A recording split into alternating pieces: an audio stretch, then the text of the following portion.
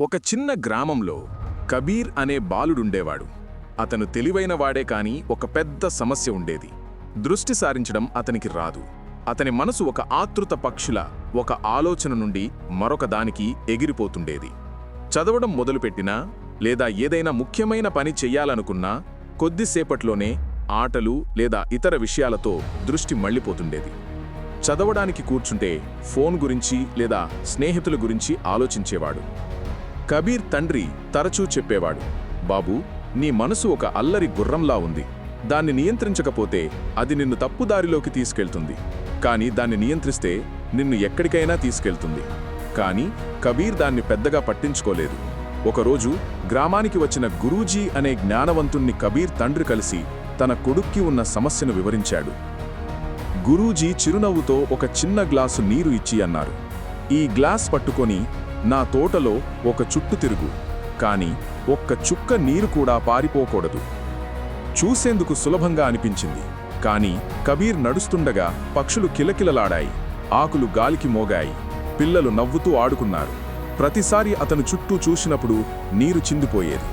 తిరిగి వచ్చేసరికి గ్లాసు సగం ఖాళీ అయ్యింది. గురూజీ అడిగారు, ఎందుకు అంత నీరు పారిపోయింది? కబీర్ చెప్పాడు, నేను దృష్టి మళ్లించుకున్నాను. గురూజీ అన్నారు, ఈ గ్లాసు నీ లక్ష్యం లాంటిది. ఇందులోని నీరు నీ దృష్టి. నీ చుట్టూ ఉన్న శబ్దాలు ఈ లోకంలోని ఆటంకాలు. నీ మనసును నియంత్రించకపోతే నీవు లక్ష్యం చేరుకునే లోపే అన్నీ కోల్పోతావు. అప్పుడు కబీర్కి అర్థమయ్యింది.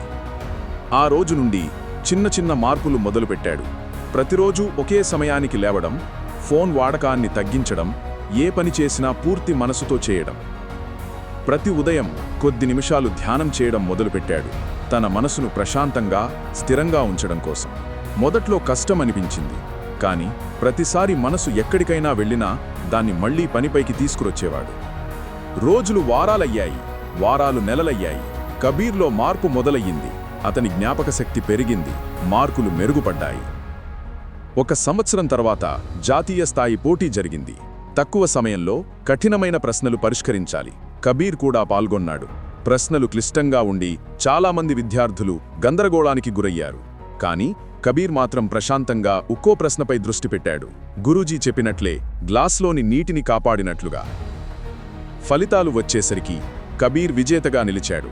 అందరూ చప్పట్లు కొట్టారు, గురూజీ గర్వంతో నవ్వారు.